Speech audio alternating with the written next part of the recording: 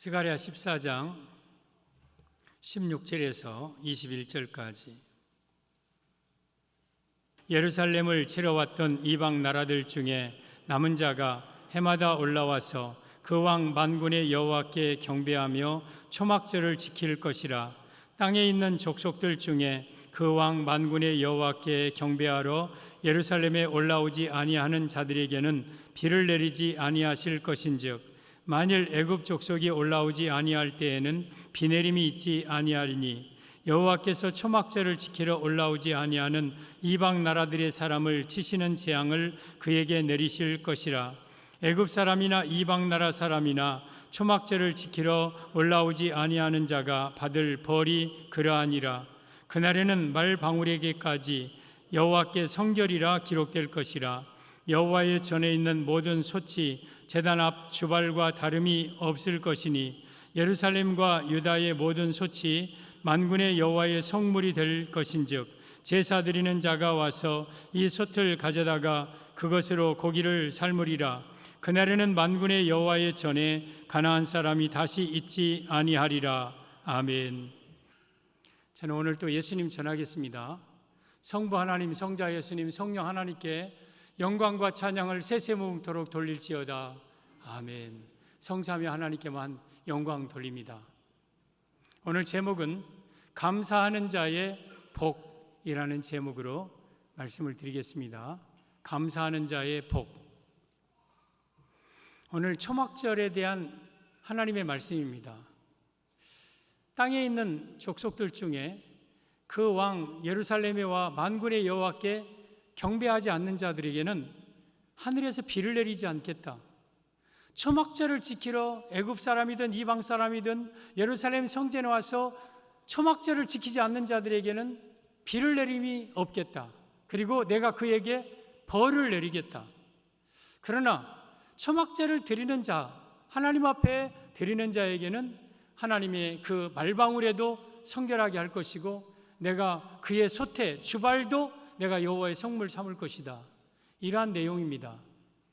여러분, 이 초막절은 수장절, 장막절, 추수절 같은 절기입니다. 이스라엘에는 7월 15일부터 일주일 동안 모든 오곡백과 과일, 곡식 저장한 후에 이제 이 산에서 푸른 나뭇가지를 베어다가 거리나 광장에다가 그 나뭇가지로 집을 짓습니다. 그게 초막입니다. 그래서 일주일을 거기서 살아요. 할아버지, 왜 집 놔놓고 이 초막 속에서 살아? 왜 여기서 살아? 그러면 할아버지는 우리 조상들이 애굽에서 나왔을 때에 광야 생활을 했단다. 그때 우린 집이 없었지. 그래서 장막을 치고 살았는데 그때 하나님께서 불기둥 구름기둥으로 우리를 인도하셨어. 그리고 아침마다 하얀 만나를 주셔서 그 만나를 먹고 우리가 광야 생활을 했어. 그때는 정말 어려웠어. 그때는 정말 가난했어. 근데 하나님이 이렇게 큰 축복을 주신 거야. 아, 그렇구나. 그래서 이렇게 이 나뭇가지로 집을 만들어서 사는구나. 여러분, 이 초막절은 이 하나님의 지난날에 베풀어 주신 은혜를 감사하는 절기가 초막절이에요. 어떤 분은 그래요. 목사님, 나는 농사도 안 짓는데 뭐 배나무 감나무도 없는데 뭐 내가 추수감사주의를 할 필요가 있습니까? 여러분, 추수감사주일은 내가 곡식을 저장한 후에 감사하기도 하고 또 초막절의 그 일주일은 천년왕국을 의미해요.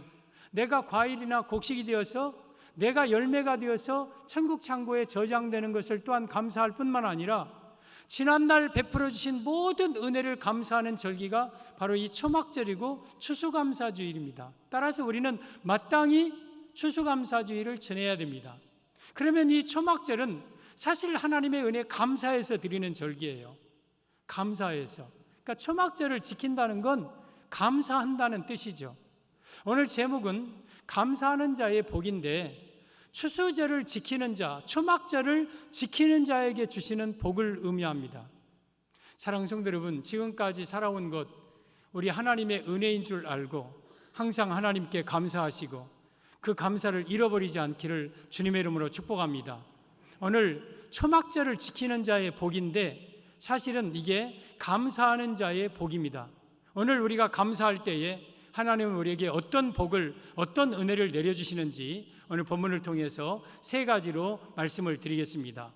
감사하는 자의 복, 첫째, 비를 내리십니다. 17절에 오면 땅에 있는 족속들 중에 그 왕 만군의 여호와께 경배하러 예루살렘에 올라오지 아니하는 자들에게는 비를 내리지 아니하실 것인즉, 예루살렘의 초막절을 지키러 올라오지 않은 자들은 비 내림이 없다. 그러니까 감사하지 않는 자에게는 비 내림이 없다. 그런데 초막절을 지키러 예루살렘에 올라와서 절기를 지키는 자에게는 하나님이 비를 내려 주신다, 이 뜻이죠. 그러면 감사하는 자에게는 비를 내려 주신다. 이 비는 성령님을 의미합니다. 그래서 이 말씀의 의미는 우리가 감사할 때에 우리에게 성령님을 부어주심을 의미합니다. 사랑하는 성도 여러분, 우리가 감사하면 하나님 우리에게 하늘로부터 성령의 비를 내리워 주십니다. 그러므로 우리는 감사하면서 살아야 돼요. 여러분, 비 내림이 없다, 하나님 앞에 초막절 지키지 않으면 비 내림이 없다, 이것은 온갖 산천초목이 다 메말라 비틀어지는 거예요. 이런 곡식이 없어요. 비 내림이 없으면 모든 땅이 대지가 말라버리고 사람도 물 하면서 하고 결국 죽어갈 수밖에 없어요. 이게 비 내림이 없는 인생의 고통이에요. 여러분, 비 내림이 없으면 육적 세계가 다 죽지만 영적으로 성령의 비가 우리에게 임하지 아니하면 우리 영혼이 메마르고 우리 영혼이 결국 죽어가는 거예요. 따라서 우리는 이 초막절을 지킴으로 하나님께 감사함으로 우리에게 약속하신 비 내림의 축복을 이 시간 받기를 바랍니다. 하나님 앞에 예루살렘에 이 성전에 올라와서 예배드린 자에게는 비 내림을 허락하시겠다. 오늘 이 예배를 통하여서 성령의 비가 우리 가운데 임하시기를 바랍니다.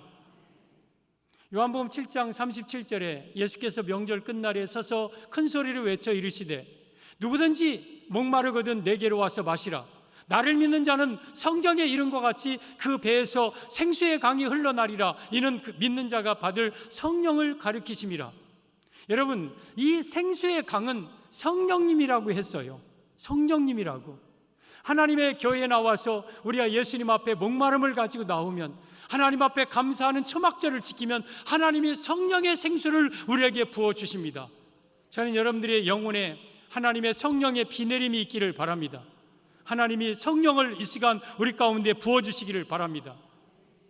여러분, 이 비는, 생수는 이 성전에서만이 솟아나는 거예요. 성전에서만이 내가 성령의 생수를 먹을 수가 있는 거예요.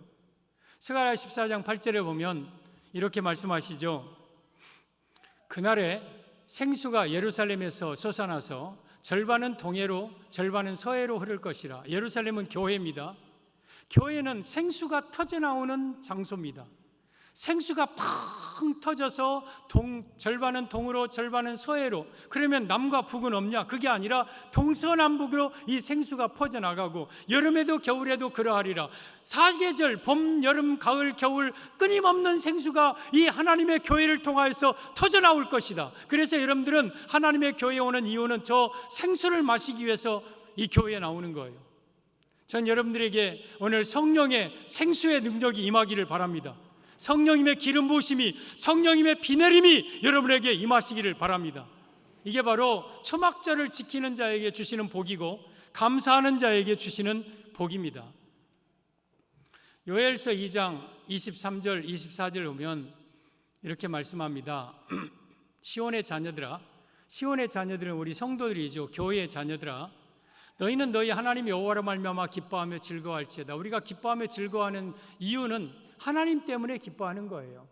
하나님으로 말미암아 기뻐하는 거예요. 그러면서 그가 너희를 위하여 비를 내리시되, 여러분 이 비는요 밑에서 솟아 올라오는 게 아니고 여러분 하늘에서 하나님이 우리에게 내리시는 비예요.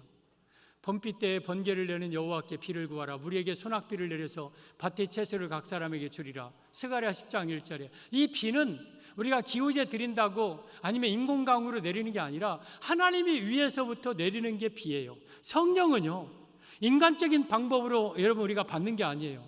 성령은 하나님이 우리에게 주셔야 돼요. 성령의 비가 우리 가운데 임하여 하나님의 선물이에요.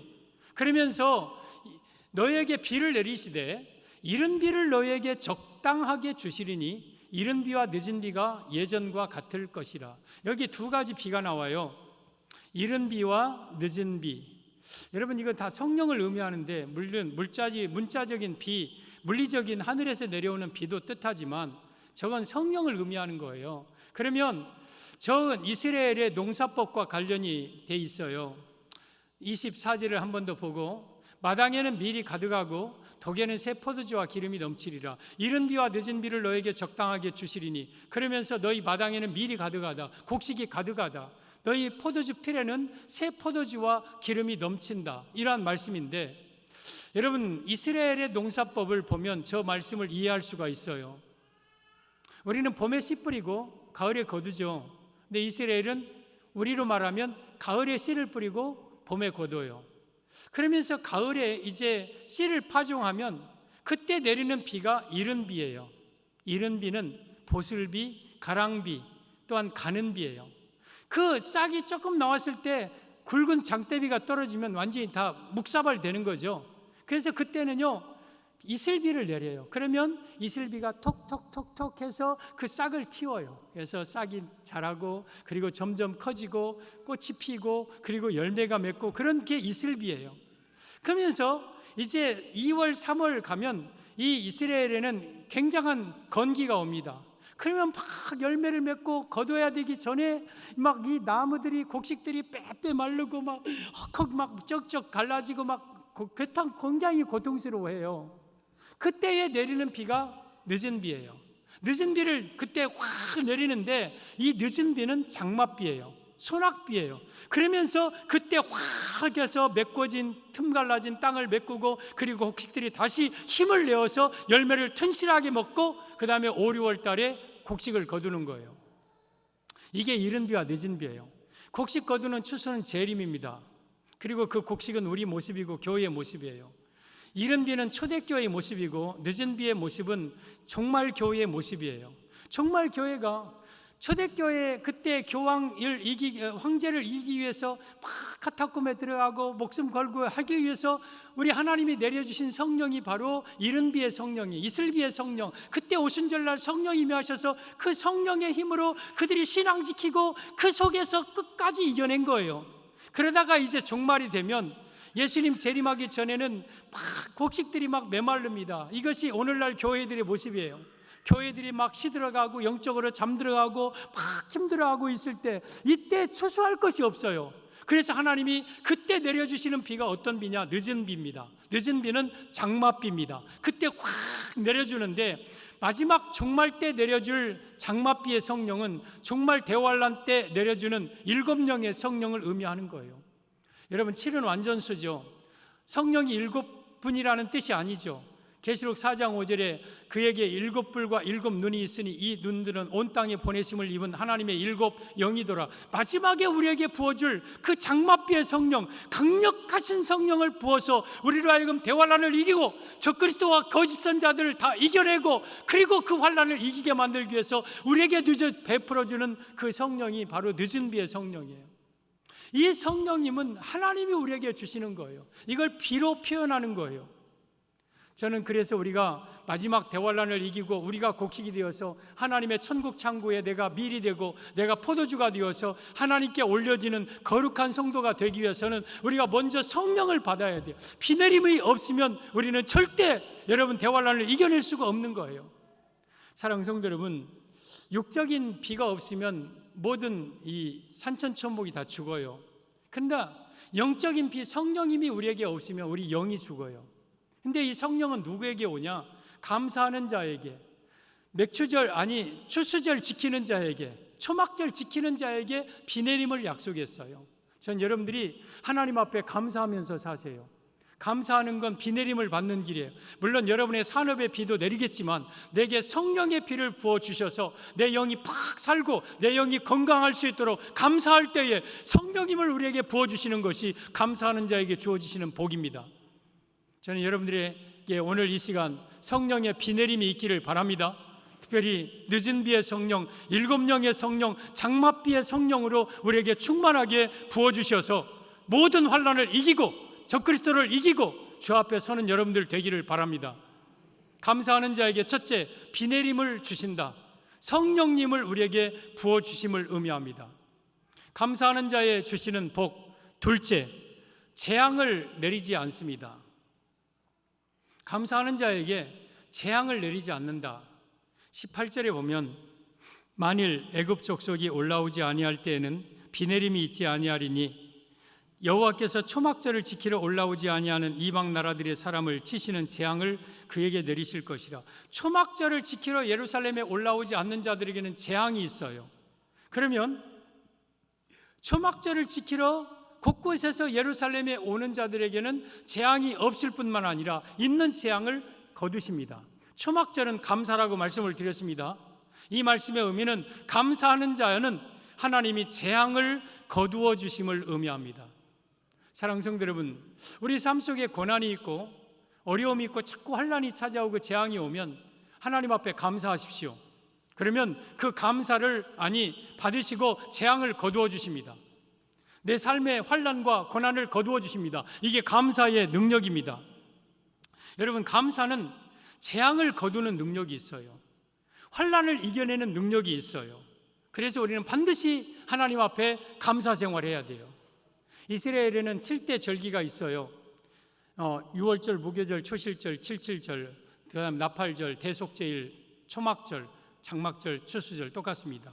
이 7대 절기가 있어요. 이 모든 것도 다 하나님 앞에 감사드리는 절기예요. 그 중에서 3대 절기, 6월절, 맥추절, 추수절, 이 3대 절기는 역시 감사절기예요. 6월절은 애굽에서 이스라엘 백성들이 나온 걸 감사하는 절기, 맥추절은 보리와 그 밀을 추수하고 감사하는 절기, 추수절은 모든 곡식을 다 저장한 후에 하나님 앞에 드리는 감사의 절기. 이 세 절기를 반드시 드려라. 이 세 절기 반드시 드려라. 이 말씀은 우리 성도라면 반드시 감사하면서 살아라. 내가 죄 가운데 마귀 손아에서 있던 내가 하나님의 크신 능력으로 구원받음을 감사하고, 광야 생활 살아가는 동안 내 인생에 어려움이 없도록 채워주심을 감사하고, 내 인생의 마지막 예수님 재림할 때 내가 알곡되어서 저 천년왕국 새하늘과 새 땅에 들어갈 수 있음을 감사하고, 항상 우리는 감사하면서 살아야 된다. 감사하면 재앙을 내리지 않습니다. 감사할 때 재앙을 거두어 주십니다. 여러분, 출애굽기 34장 22절 이하에 보면 이 3대 절기를 지키는 자에게 주시는 축복을 기록하고 있어요. 칠칠절, 곧 맥추의 초실절을 지키고, 세 말은 연말이죠. 저 말은 7월입니다. 7월. 그 추수절에 수장절을 지켜라. 너희의 모든 남자는 매년 3번씩 주 여호와 이스라엘의 하나님 앞에 보일지라. 지금 이 초막절 지키러 이제 예루살렘으로 와라. 예루살렘에 다 모여라. 애굽도 와고 이방 나라도 와라. 다 와라. 그러면서 이 초막절을 지키는 자에게, 절기를 지키는 자에게 주시는 축복을 24절에 기록하고 있습니다. 내가 이방 나라들을 내 앞에서 쫓아내고 이방 나라들이 너를 공격하러 올 때에, 그것은 환난이죠. 내게 찾아오는 고난들 내가 다 쫓아주겠다. 그리고 내가 내 지경을 넓혀주겠다. 네가 감사하러 하나님 앞에 올라올 때 내가 너의 산업을, 너의 영적 지경을, 너의 사회적인 지경을, 너의 번영하는 너의 가정을 내가 지경을 넓혀주겠다. 내가 장막줄을 널리 펴서 너의 지경을 넓혀주겠다. 그리고 내가 매년 3번씩 여호와 내 하나님을 뵈려고 올 때에 아무도 내 땅을 탐내지 못하리라. 여러분, 초막절을 지키러 20세 이상 된 남자들이 여러분 예루살렘에 올 때 일주일 절기를 지킵니다. 올 때 때로는 일주일 10일, 가면서 돌아오는 일주일 10일. 그러면 거략 한 달 정도를, 아니면 이방 나라에서는 한 달 이상을 자기 집을 비워요. 그러면 그 집은 유아들과 처자들, 그리고 때로는 짐승들만 남아요. 무방비 상태예요. 근데 초막절 지키러 올 때 이방 나라들을 내가 다 쫓아낼 것이고 네 지경을 넓히실 것이고, 또한 너를 치러 오는 모든 나라들을 내가 다 지켜주고 감히 너를 침략하지 못하게 할 거다. 지켜주겠다는 거죠. 이 말씀은 우리가 감사하면 내 삶 속에 있는 모든 재앙들을 거두어 주신다는 것. 감사할 때 하나님은 축복하시겠다는 거예요. 아무도 내 땅을 탐내지 못하도록 우리가 너를 보호하겠다는 뜻이에요. 따라서 우리가 하나님 앞에 감사하면 여러분의 삶 속에 있는 환난, 내 삶 속에 찾아오는 각종 고난들을 다 하나님이 제거해 주시고 거두어 주시겠다. 이것이 감사하는 자의 복입니다. 사랑하는 성도 여러분, 우리 감사할 때 하나님이 여러분에게 복을 주셔요. 하나님은 여러분들에게 여러분 감사하는 자를 하나님께서 축복하시고 여러분 재앙을 거두어 주셔요. 사무엘하 24장에 오면 이 다윗이 한번 큰 실수를 한번 합니다. 이제 다윗이 모든 나라를 다 평정한 후에 요압 장군에게 인구조사 시키라. 인구조사 한번 해봐라. 인구라는 것은 20세 이상 칼을 들고 싸움에 나갈 만한 군사예요. 그러니까 요압이 왕이시여 꼭 인구조사 해야 됩니까? 하나님이 이보다 더 많게도 주실 수 있는데 하나님 의지하면서 살지 왜 꼭 군사를 의지하려 합니까? 전 여러분들이 종종 그러죠. 인구조사하지 말라고. 인구조사한 그 인구를 하나님이 재앙으로 거두어 가셔요. 하나님은 그걸 기뻐하지 않습니다. 여러분 인구조사하지 마세요. 내 능력이 얼마나 되는가, 내가 사회적인 지위가, 내 재산이 얼마나 되는가, 이거 따져보지 마세요. 그것이 여러분의 힘이 아니라 하나님이 우리의 힘이에요. 하나님은 그러할 때, 인구조사할 때 굉장히 서운해하십니다. 그래도 재촉하고 요압이 가서 어쩔 수 없이 9달 20날 만에 인구를 조사하니까 130만이 돼요. 큰 나라죠. 그런데 하나님께서 이 다윗에게 노를 바라십니다. 그러면서 갓 선자를 통해서 세 개 중에 하나를 선택해라. 하나는 7년 기근이 있을 것인지, 하나는 석 달 동안 네가 네 대적에 쫓겨다닐 것인지, 아니면 3일 동안 내 땅에 전염병이 있을 것인지, 이 셋 중에 하나를 선택해라. 그러자 다윗이 어떤 것도 선택할 수가 없어요. 어떻게 이 세 가지가 하나라도 쉬운 게 있습니까? 하나님, 내가 범죄하였거늘 왜 이 양머리들을 친다고 하십니까? 하나님 하면서 막 그러죠. 그러니까 다윗이 결정 못하니까 하나님이 결정하셔요. 3일 동안 그 나라에, 다윗의 나라에 청년들을 다 죽이는데 7만 명을 죽여요. 7만 명. 제가 인구조사 하지 말랬죠. 인구조사하면 하나님이 그거 거두어 가셔요. 자랑하고 그거 의지하는 것들 하나님이 그거 거두어 가셔요. 절대 여러분들 인구조사하지 마세요. 7만 명 거두어가고, 그래서 여호와의 군대 장관이 이 이스라엘을 치려고 칼을 빼고 있을 때 갓 선자가 다윗에게 다윗이여 빨리 아라우나의 타작마당에 가서 하나님께 회개하며 번제 속죄 제사를 드리소서. 그러자 급히 이 아라우나의 타작마당에 가서 이 제구로 단을 쌓고 소를 잡아서 제물을 드리고 하나님 앞에 속죄제와 번제 화목제를 드립니다. 그러면서 자기 회개를 잘못 뉘우치고 그리고 하나님께 제사를 드립니다. 그 제사 드리고 하나님이 어떻게 하십니까? 25절에 보면 이렇게 말씀합니다. 그곳에서 아라우나의 타작마당에서, 자, 아라우나의 타작마당이 모리아 땅이고 예루살렘이고 골고다 언덕이에요. 똑같은 장소입니다. 예수님이 죽으신 곳이에요. 저곳이. 여호와를 위하여 제단을 쌓고 번제와 화목제를 드렸더니 이에 여호와께서 그 땅을 위한 기도를 들으심에 이스라엘에게는 재앙이 그쳤더라. 하나님 앞에 다윗이 거기서 회개하며, 저 화목제는 또 감사제가 있어요. 감사하면서 하나님 앞에 제사 드렸더니 그 땅에 재앙이 그쳤다. 여러분, 우리가 때로는 잘못 살 수 있어요. 때로는 죄 지을 수 있어요. 그래서 하나님의 재앙과 매와 징계가 우리에게 있을 때에 이 하나님의 성전에 올라와서 이곳 우리 예수님이 십자가 못 박힌 이 골고다 아라우나의 타작마당에서 하나님 앞에 감사하며 하나님 앞에 예배 드리면 하나님은 여러분에게 재앙을 거두실 줄 믿습니다. 따라서 우리 감사하는 것, 초막절 지키는 것은 내 삶의 재앙을 거두는 일이에요. 재앙을. 그래서 우리는 감사해야 돼요. 요한복음 11장에도 우리 예수님께서 베다니 촌의 나사로의 죽은 무덤 앞에 가 섰습니다. 저 돌문, 그 예루살렘의 이스라엘의 무덤은 바위를 파고 돌로 이렇게 가리는 무덤이잖아요. 그 돌을 옮겨 놓아라. 그러자 죽은 지 하루 이틀 사흘 나흘 돼갖고 냄새가 납니다. 저거 얼마나 썩은 냄새가 그라인도 나는데 돌을 옮겨 놔라. 내 말을 믿으면 하나님의 영광을 보리라 하지 않았느냐.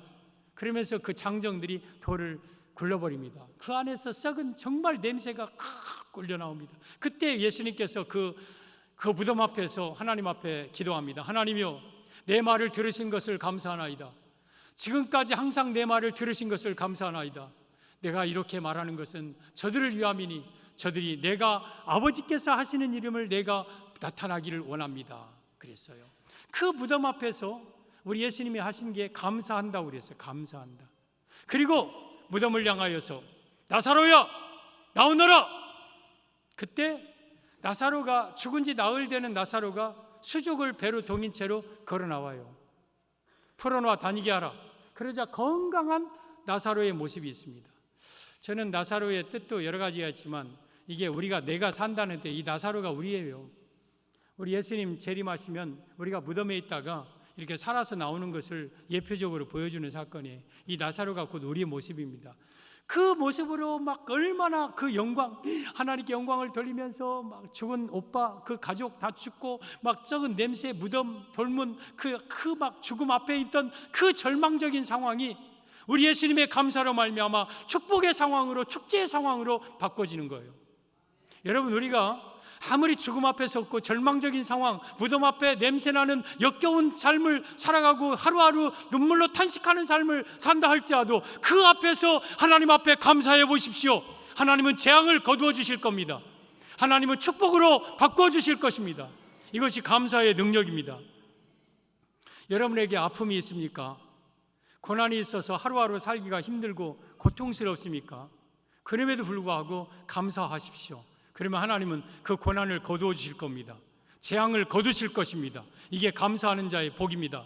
감사하는 자에게 첫째는 비 내림을 내려 주시겠다. 성령의 비를 우리에게 부어 주시겠다. 감사하는 자에게 주는 두 번째 복은 재앙을 거두어 주시겠다. 너의 삶의 모든 재앙을 감사할 때에 내가 거두겠다. 감사하는 자의 복. 셋째, 여호와의 성물이 됩니다. 여호와의 성물. 21절에 오면 예루살렘과 유다의 모든 솥이 만군의 여호와의 성물이 될 것인즉 제사 드리는 자가 와서 이 솥을 가져다가 그것으로 고기를 삶으리라. 지금 예루살렘과 유다 초막절 지키는 자들의 솥이 여호와의 성물 된다. 그러면 초막절 드리는 자, 감사하는 자의 솥단지가 성물이라면 초막절 드리는 자는 마땅히 여호와의 성물이죠. 그러면 성물이라는 게 뭐냐면 하나님께 구별된 거룩한 물건이에요. 그래서 하나님은 성물을 귀하게 여기시고 성물을 보호하셔요. 이 말씀의 의미는 우리가 감사할 때 내가 하나님의 성물이 된다. 하나님 앞에 존귀한 자가 됨을 의미합니다. 사랑하는 성도들, 우리가 감사하면 하나님 우리를 성물 삼아서 하나님 앞에 존귀한 자를 만들어 주십니다. 우리가 감사할 때 하나님의 성물이 됩니다. 그러므로 여러분들은 감사하면서 살기를 주님의 이름으로 축복합니다. 이 컵이 다른 집에도 있는 컵과 우리 교회에 있는 컵은 똑같아요. 그러나 교회에 있는 컵은 성물이에요. 거룩한 물건이에요. 하나님의 물건, 구별된 물건이에요. 여러분, 이 성물을 함부로 손대면 안 되는 거예요. 여러분, 우리가 세상 사람들과 여러분은 겉모습은 똑같아요. 하루 세 끼 먹고 잠 자고 그냥 낮에 가서 일하고 저녁 때 들어오고 뭐 하는 일이 대동소이하고 비슷해요. 그러나 하나님 앞에 나와 초막절 드리는 우리에게는 하나님은 성물을 삼아 주셨어요. 질적으로 달라요.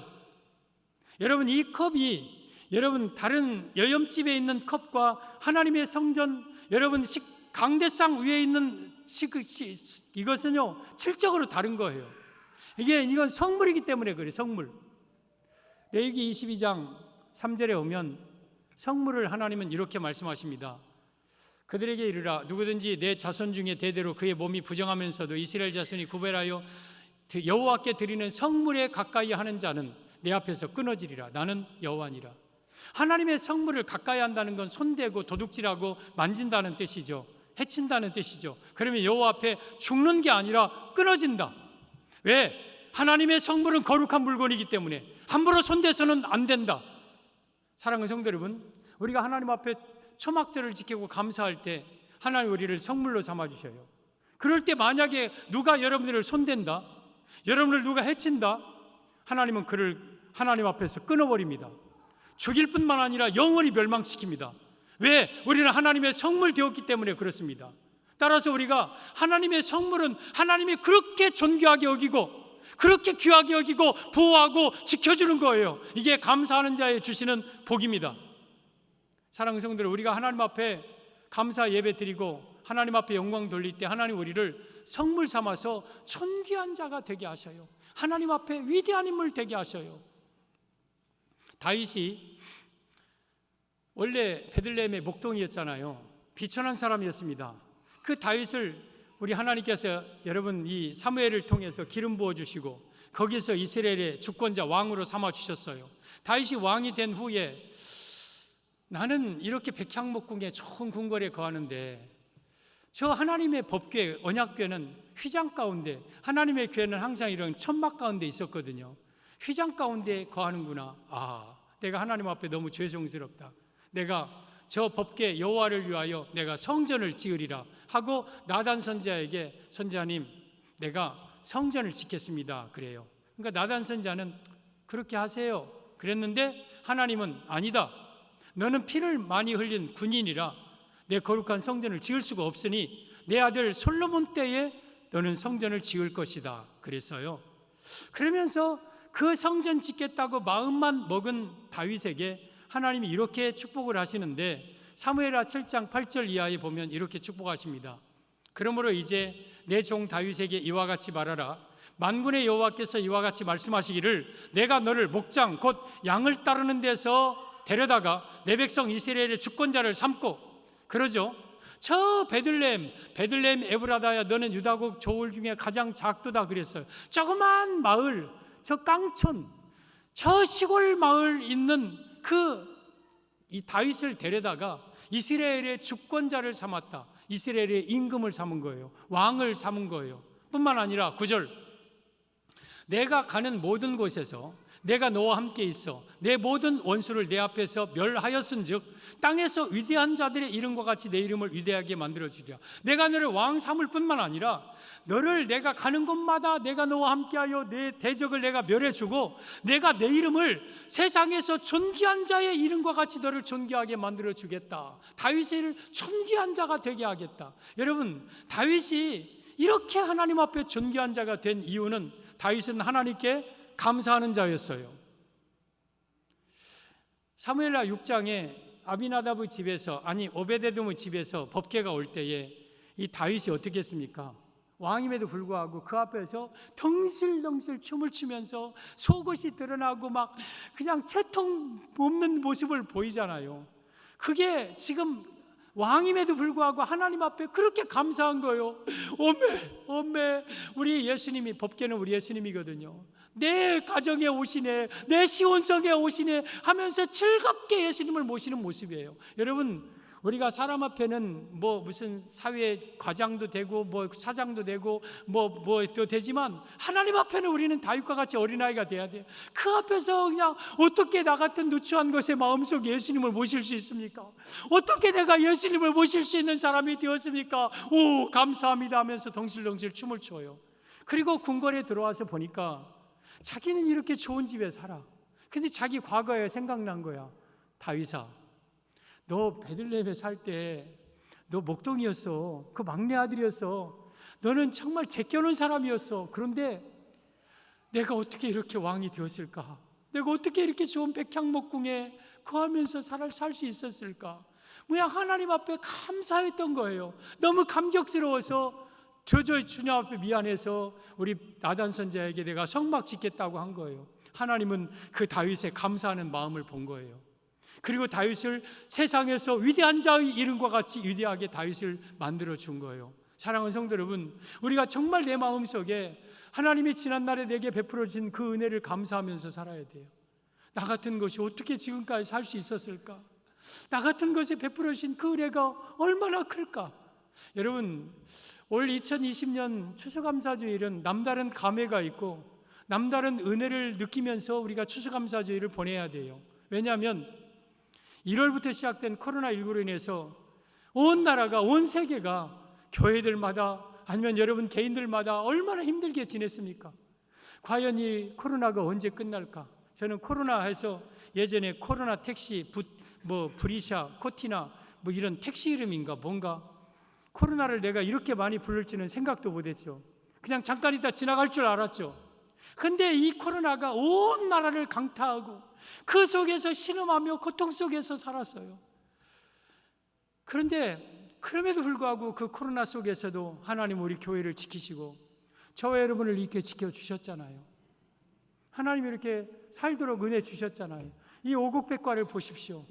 우리가 이렇게 건강하게 하나님 앞에 나와 예배드리는 모습을 보십시오. 이게 하나님의 은혜가 아니고 뭐가 있습니까?